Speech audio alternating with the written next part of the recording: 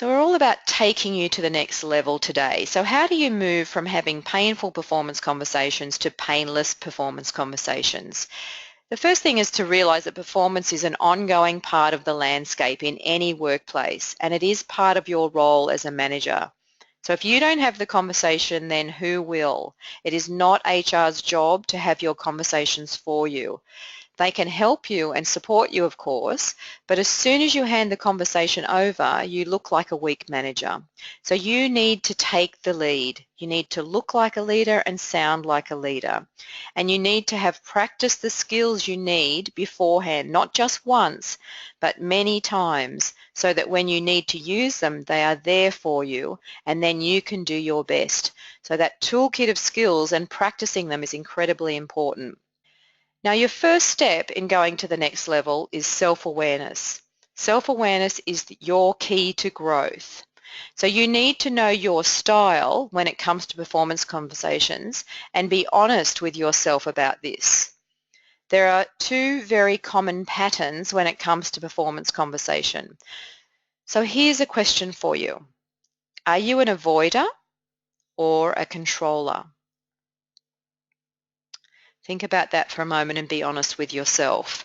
Now, the ways you'll know your style is through what you're saying to yourself about the situation, the stories you're telling yourself about the other person, and what you do in the performance conversation. And without awareness, you won't know what you're thinking or what your pattern might be. So you need to know the signs. So what are the signs? You're an avoider if you're afraid of what might happen if you raise the issue, or you secretly hope the issue will just go away, or you think you don't have time to have the conversation. You're more worried about hurting their feelings than resolving the issue, or worried that they won't like you. Or you begin to avoid the employee altogether or can't be yourself around them. Or you wish someone else would fix it, and your fear keeps you from acting. Now, there's no judgment here in any of this. This is really about awareness and awareness of patterns. Now, this avoidance style used to be me until I learned and practiced the skills. I'm someone who loves harmony. I don't like conflict at all. So I was a big avoider until I learned and practiced the skills. Now, you can't change something you're not aware of.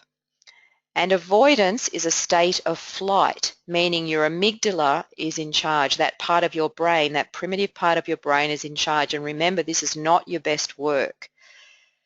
So you're a controller if you tell people what they should do, or you think your solution is the only solution, or you get impatient and frustrated easily with others, or you move to threats quickly, or want to move to disciplinary action quickly. It's like, I just want to get rid of this person. Or you have a strong need to be right. Or you might manipulate the situation to make the other person look or feel bad. You might try and catch them out or make them wrong. Now, controlling is a state of fight, meaning your amygdala is in charge and this is not your best work. So you might find that you're a controller in some situations and an avoider in others. The important thing here is that neither style works very well. Both will get in the way of you achieving results. And remember our great manager's mantra, it's all about results, and you can only achieve results through people.